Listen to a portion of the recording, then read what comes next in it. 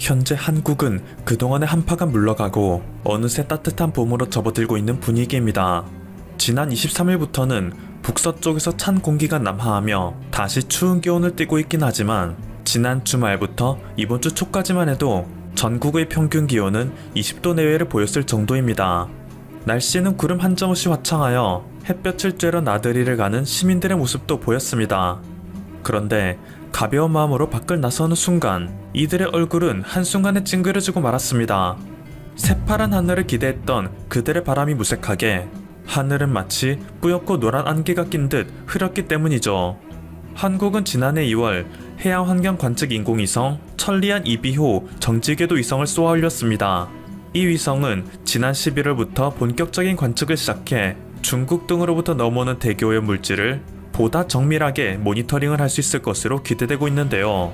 위성에 실린 환경 탑재체를 통해 하루 약 8회 에어로졸 형태의 미세먼지와 이를 유발하는 이산화질소, 이산화황, 오존, 포름알데히드 등을 관측할 수 있게 되었습니다. 유럽이나 미국의 환경위성이 찍는 공간 해상도보다 무려 11배나 뛰어난 성능을 지니고 있어 그동안 중국이 부정해왔던 미세먼지 중국 유래를 보다 확실하게 증명할 수 있을 것으로 기대되고 있죠. 그리고 이러한 데이터는 이르면 3월부터 전 국민이 직접 볼 수 있도록 온라인으로 공개될 전망입니다.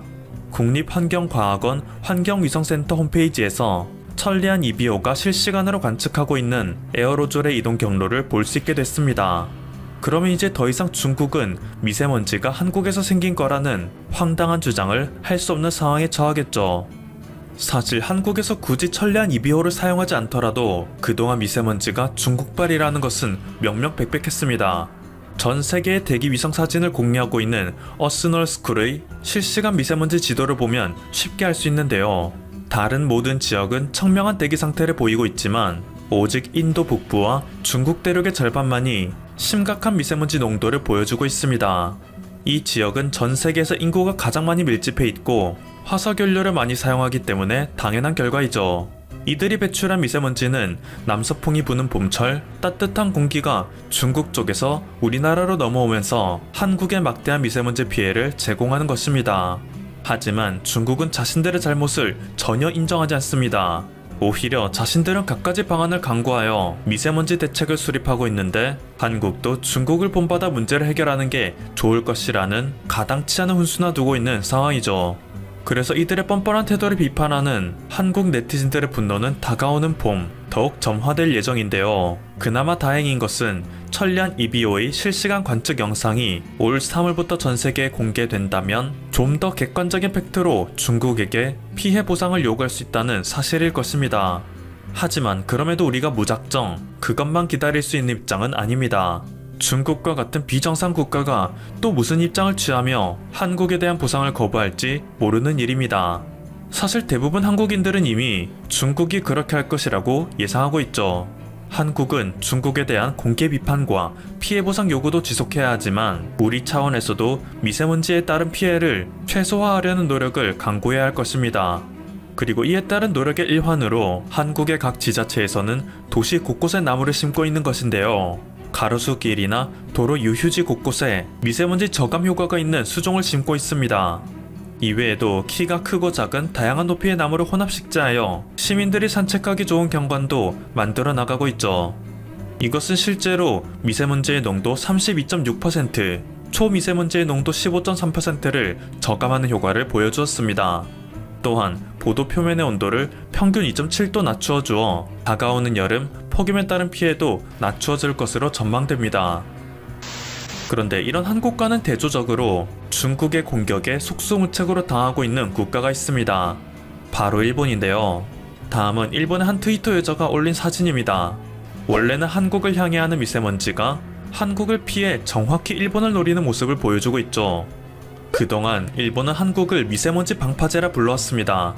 일본은 날씨가 좋은 날 어디서 사진을 찍어도 아름다운 하늘을 보이는 반면 한국은 미세먼지 때문에 수십 명이 죽어나간다 조롱했죠. 심지어 그들은 중국 책임론을 제기하는 한국인들에게 또 남 탓하는 한국인들이라며 비난을 퍼붓기 십상이었습니다. 하지만 이번에 중국발 미세먼지는 일본에도 마술을 뻗쳤습니다. 전혀 대비를 하고 있지 않던 일본은 충격에 빠졌습니다. 연일 두통과 메스꺼움을 호소하는 일본인들이 속출하고 있습니다.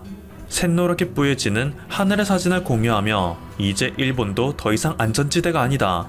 매해 한국과 같이 미세먼지의 피해국으로 전락해버렸다. 라는 고통의 목소리를 내고 있는 상황입니다. 그런데 사실 안전지대라는 단어와 세계에서 가장 잘 어울리지 못하는 국가가 일본이죠. 지난 13일 밤 일본 후쿠시마현 앞바다에서 리히터 규모 7.3의 강진이 발생한 이후 일본에서는 지속적인 여진이 발생하고 있습니다. 이로 인해 후쿠시마 원전에서는 오염수가 넘쳐 흘렀고 미야기현 등의 지역에서는 단수 피해도 호소하고 있습니다. 한 주민은 동일본 대지진 때에도 쓰러지지 않았던 가구가 지속적으로 발생하는 여진으로 자꾸 넘어진다며 도대체 일본의 어디를 가야 안전을 느낄 수 있는지 호소했습니다. 41세의 직장인 사이토 유미 씨는 자신의 딸인 11세 아야카와 함께 페트병에 물을 길어오며 신세 한탄을 했습니다. 매번 지진이 발생할 때마다 사회 최빈곤 측으로 전락하는 기분이다. 일본이 세계 최고의 경제대국이 맞는지 의심된다. 지자체에서 최소한의 지원이라도 해준다면 주민들이 피해에서 벗어나는 것이 수월할 것입니다. 하지만 지역 주민들이 동사무소에 가서 가장 먼저 듣는 말은 피해 규모를 가늠할 수 있는 사진에 본인의 얼굴이 나오도록 셀카를 찍어서 가져오세요 입니다. 지금 당장 전기와 물이 끊기고 집안이 무너져 내리는 가운데 인증사진이나 찍어오라고 하는 황당한 대응 방식입니다. 심지어 이렇게 동사무소에서 요구하는 바를 모두 챙겨가도 이것을 처리하는 데에만 한 달 이상이 걸린다고 합니다. 주민들이 자력으로 위기에서 벗어나고도 한참 후인 것이죠. 이때는 구호물품을 수령하러 동사무소에 직접 가는 것도 귀찮아 아예 처음부터 지자체에 구호를 요청할 생각조차 하지 않는 시민들이 절대 다수라고 합니다. 일본 정부에서는 지난 13일 발생한 후쿠시마 강진을 2011년 동일본 대지진의 여진으로 결론 내렸습니다. 무려 10년이 지난 일인데 아직까지도 일본 전역에 막대한 피해를 끼치고 있는 것입니다. 일본의 기상청에서 발표한 자료를 분석해보면 지난 10년 동안 총 2만 회에 가까운 여진이 발생해 왔습니다. 이 중 진도 5보다 큰 여진은 80회에 달했으며 쓰나미도 총 8번이나 관측되었습니다.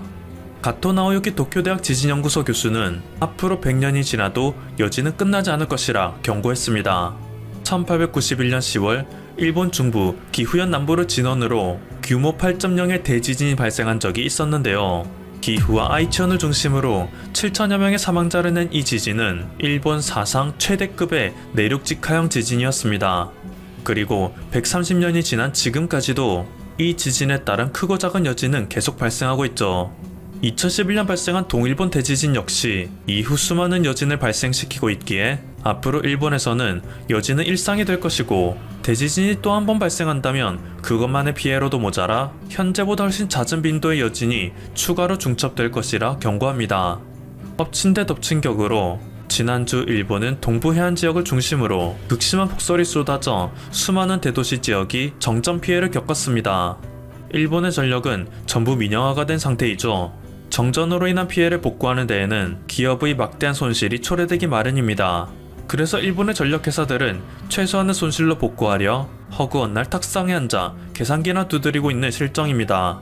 이에 따라 단전의 고통을 겪고 있는 일본의 주민들은 하루하루가 고통의 연속일 뿐입니다. 심지어 이런 상황을 대비하여 정부가 마련하고 있는 구호 대책도 전무한 상황입니다. 일본의 교토는 말돌리기 화법으로 유명합니다.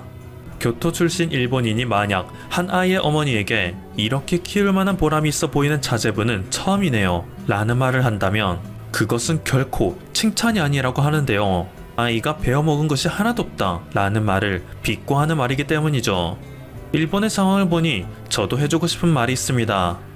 이렇게 위기를 극복할 만한 보람이 있어 보이는 땅에 살고 있으니 정말 부럽습니다.